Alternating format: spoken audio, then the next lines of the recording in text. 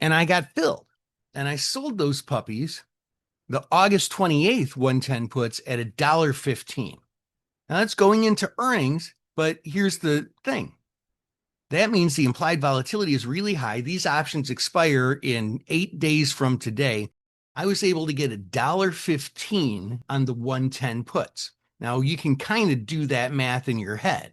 That's just a smidge over 1% for a week. And there's 52 weeks in a year. I mean, gosh, that's coming up like 55% return or something like that, right?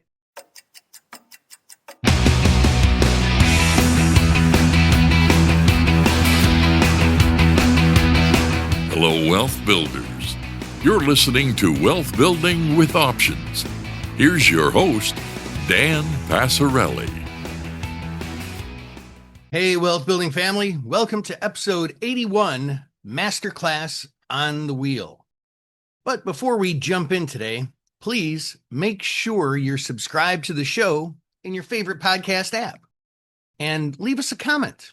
Let us know what you like about the show so we can continue bringing you the options investing related content that helps drive your investing forward the most. I want to help people. So I might have told this story on the show before. I kind of forget, to tell you the truth.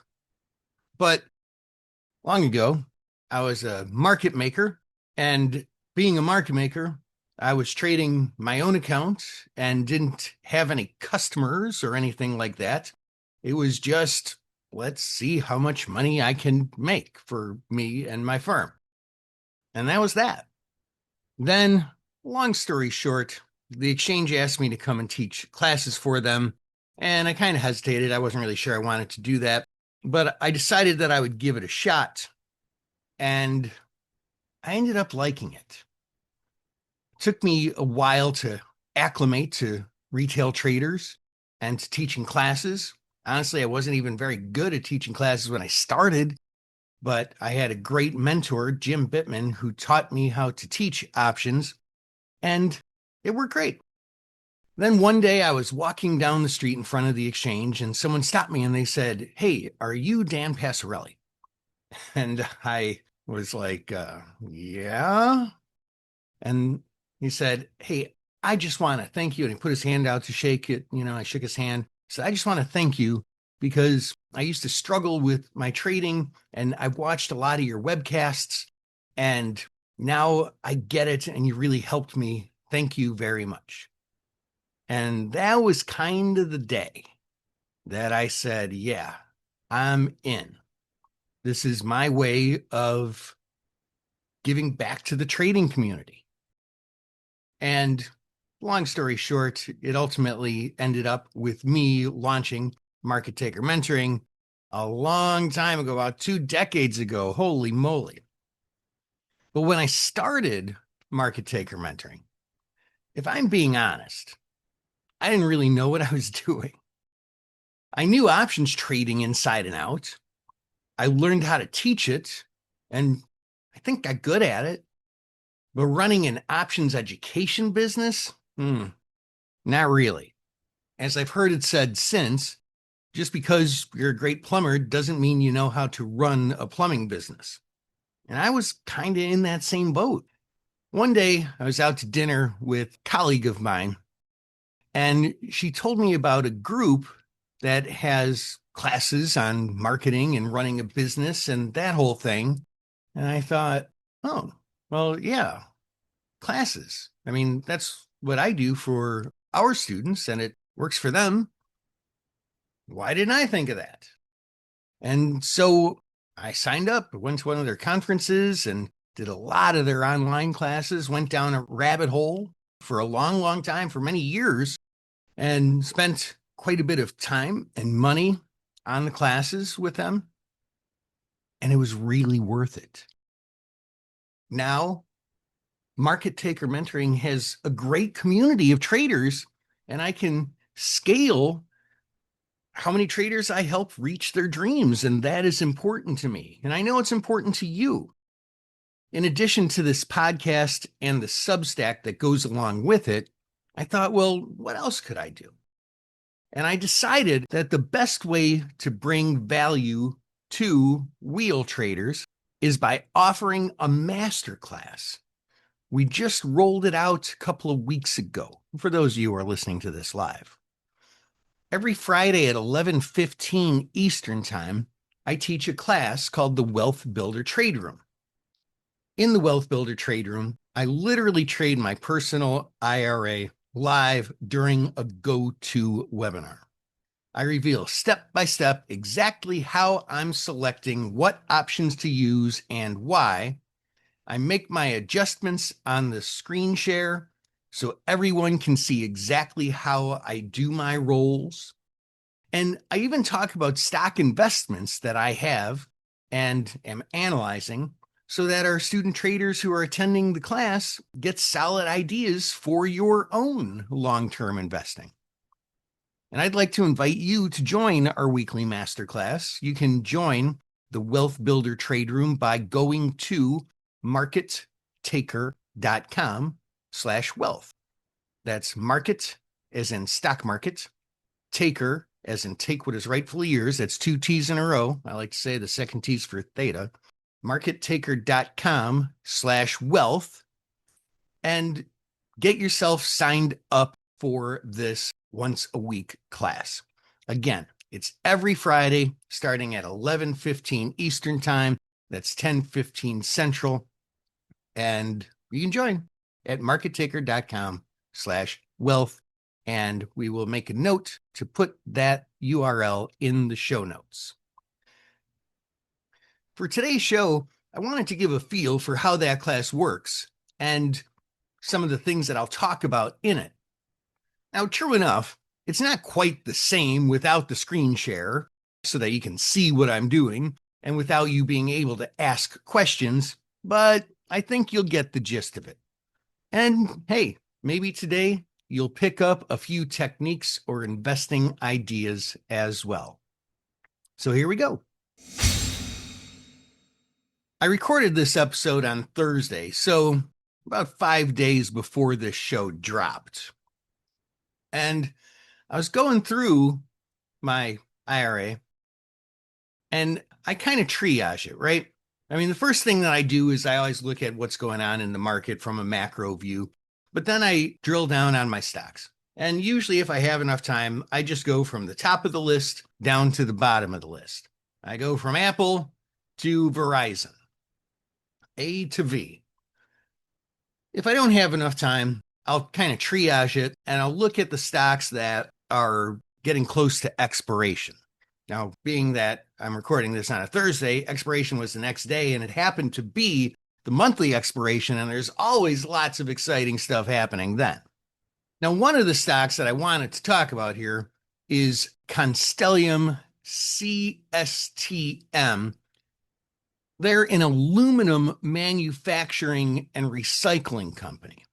It takes aluminum and turns it into higher value products like sheets and plates and coils and structural components and such. Its biggest end markets are food, well, cans, beverage cans, food cans, automotive, aerospace, transportation, and defense.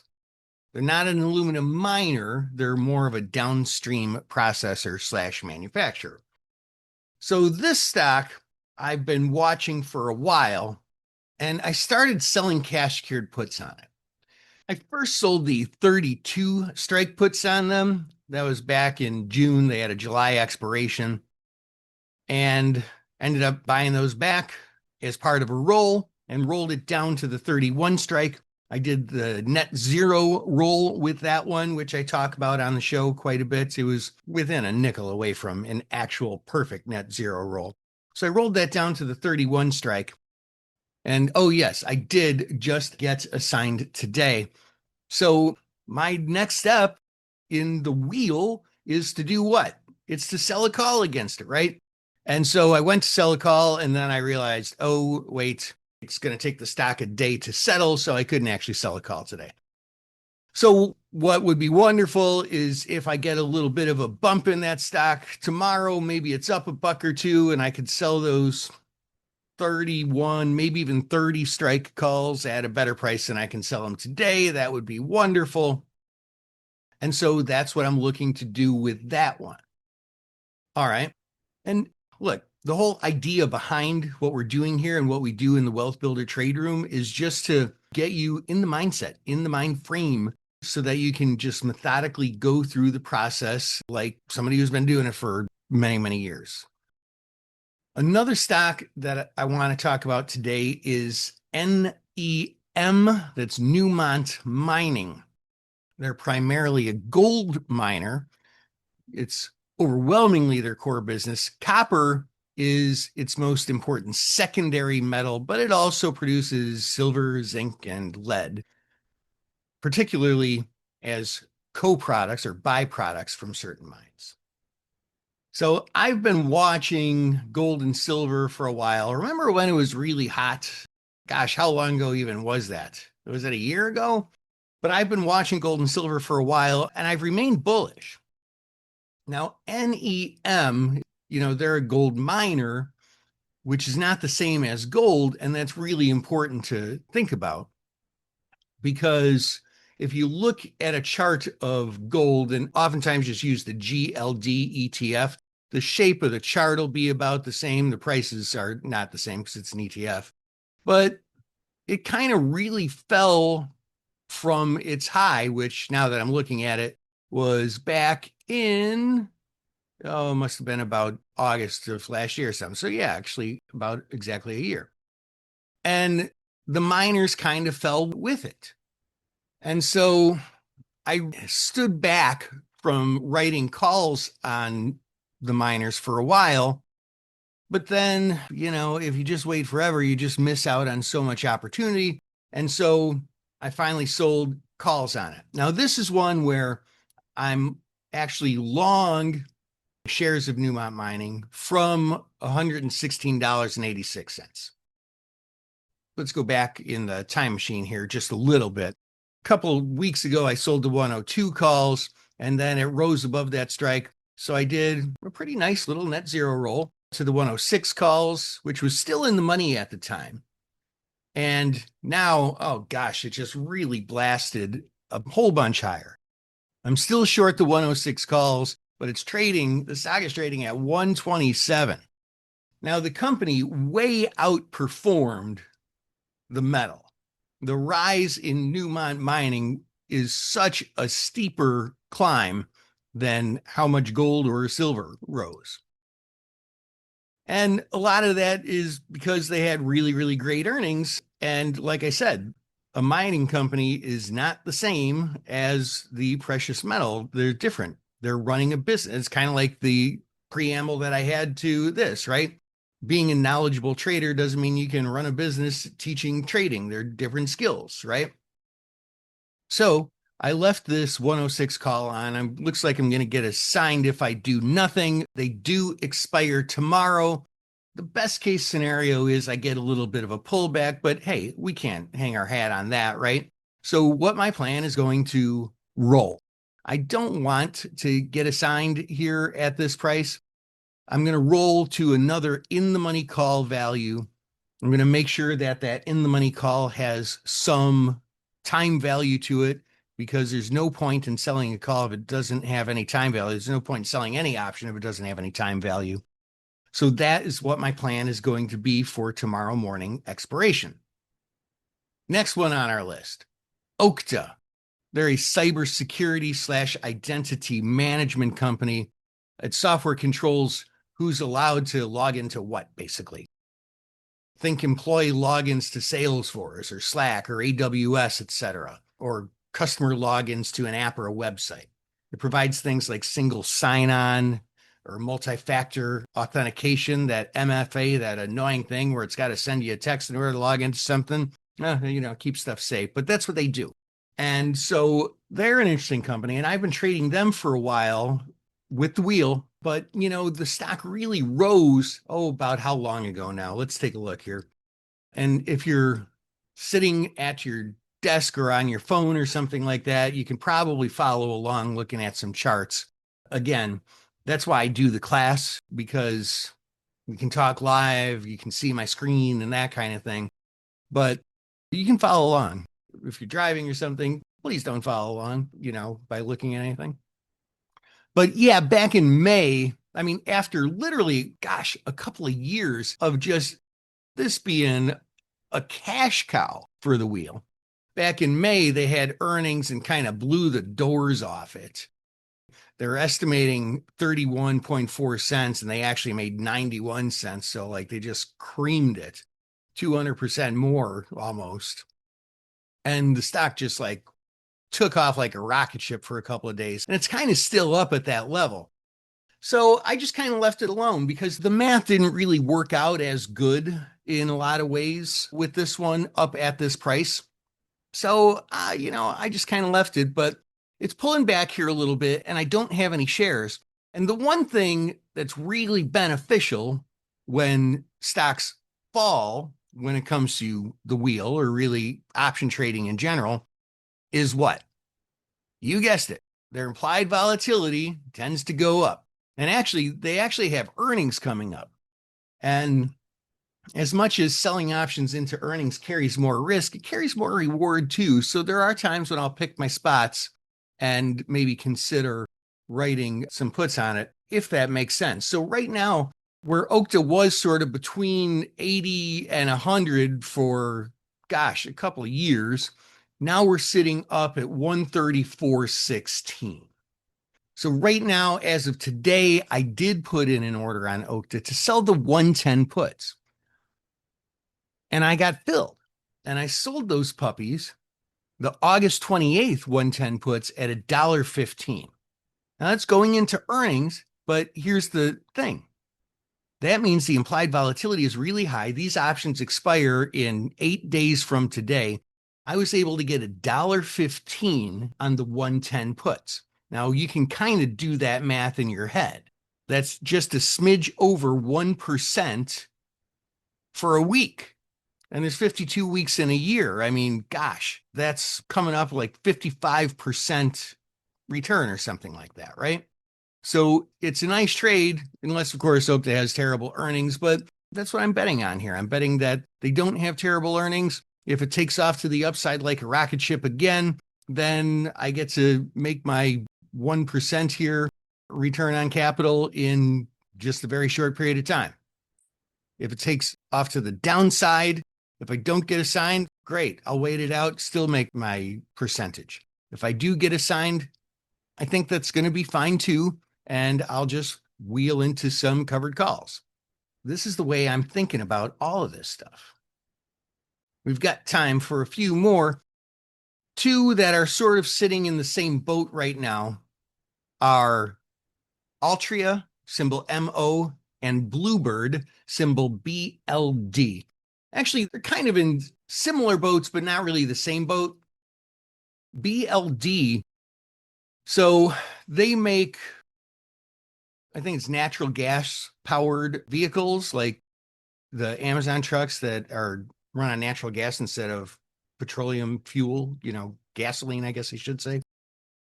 So I think that company's been doing pretty well because of oil prices rising. The last couple of days, oil prices fell and the stock was still kind of down. So I don't know, maybe that's not the case. They did fall quite a bit on its last earnings and it's been down since then, but it's bouncing off the 200-day moving average. I sold the 60 strike puts a while back, and now we're sitting right at $61.33 on the close today. These expire tomorrow. So basically, as long as it doesn't go through the 200-day moving average, I'm looking to buy these back for pennies tomorrow and just roll into probably the 55 strike a month out. This is another one that was an excellent cash cow when it comes to the wheel for a long, long period of time. It traded between like 47 and 60 for a couple of years as well.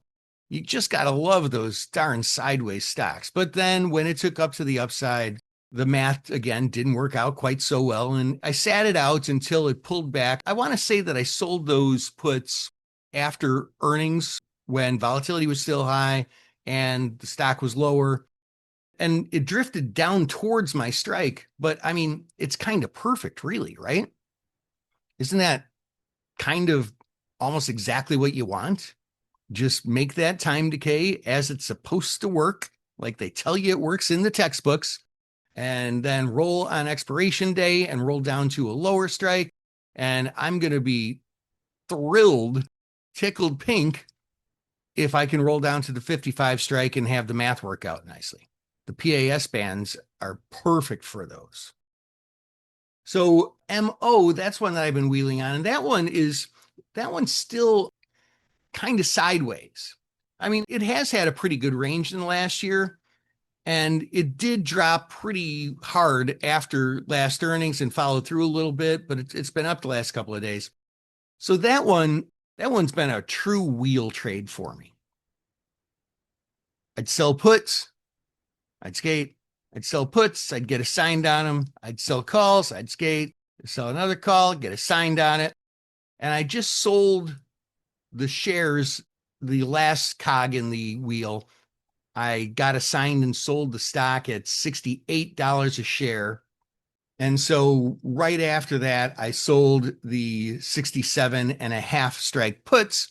So if I get assigned on them, I positive scalp out 50 cents and take in another option premium. So even though as of right now, and these expire tomorrow too, as of right now, those are, oh gosh, they're 56 cents in the money. Pretty darn perfect. I'll be happy to take assignment on them. If for some reason they end up out of the money, that's even more perfect. I just do my roll. I'll roll it down to like the 67 strike.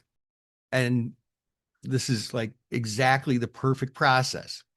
And I do want to point out, Bloomberg, it's just going perfect. Philip Morris is just going perfect. That NEM one, that one is a struggle. And that one didn't go quite as perfectly. But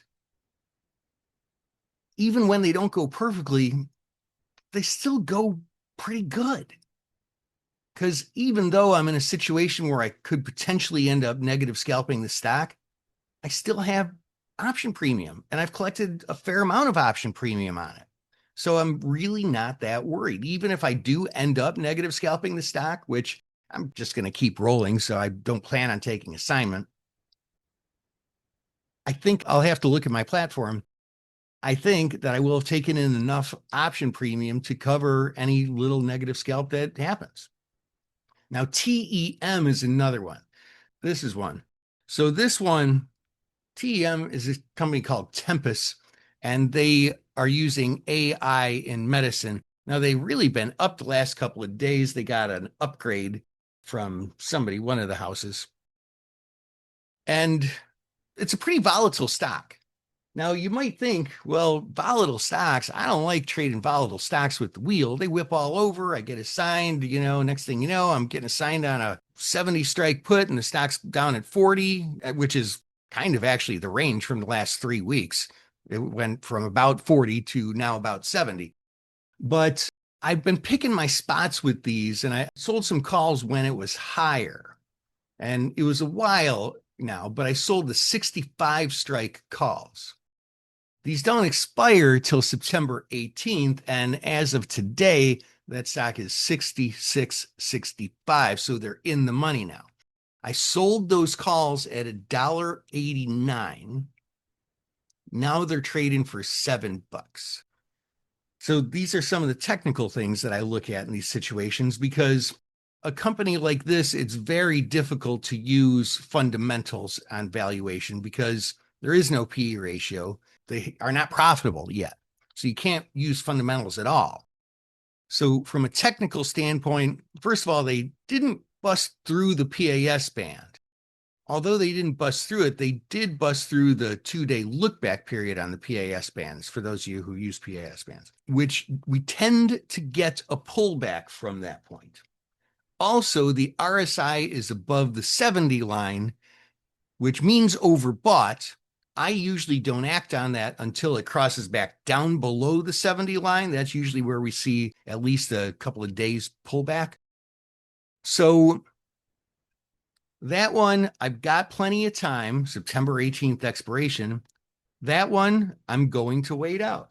And what is the risk? Well, that it ends up being like Newmont Mining and just takes off to 100.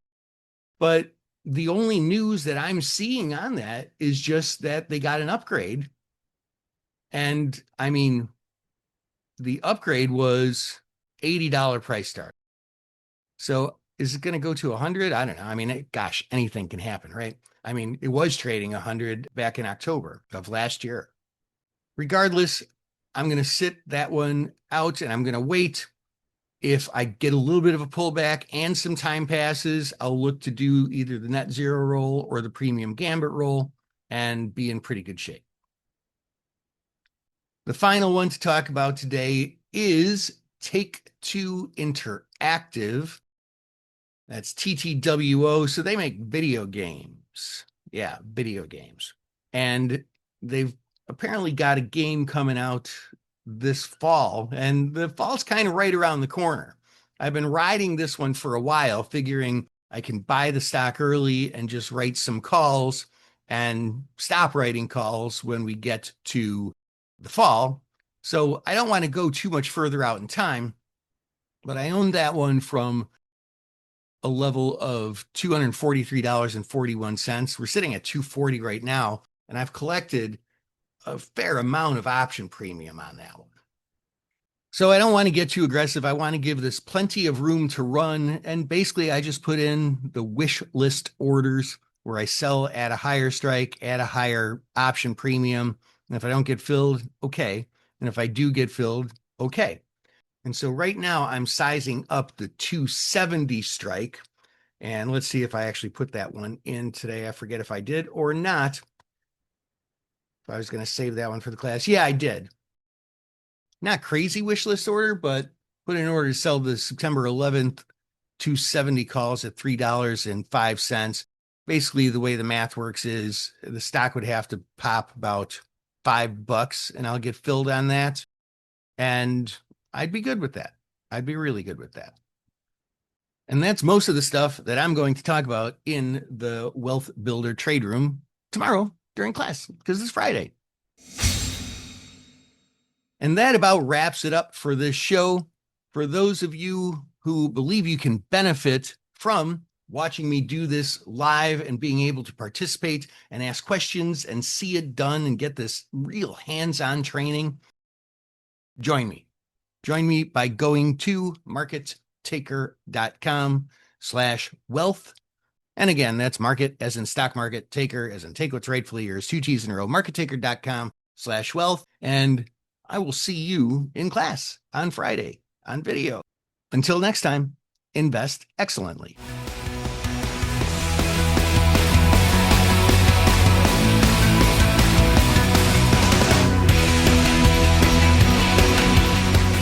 Options involve risk and are not suitable for all investors.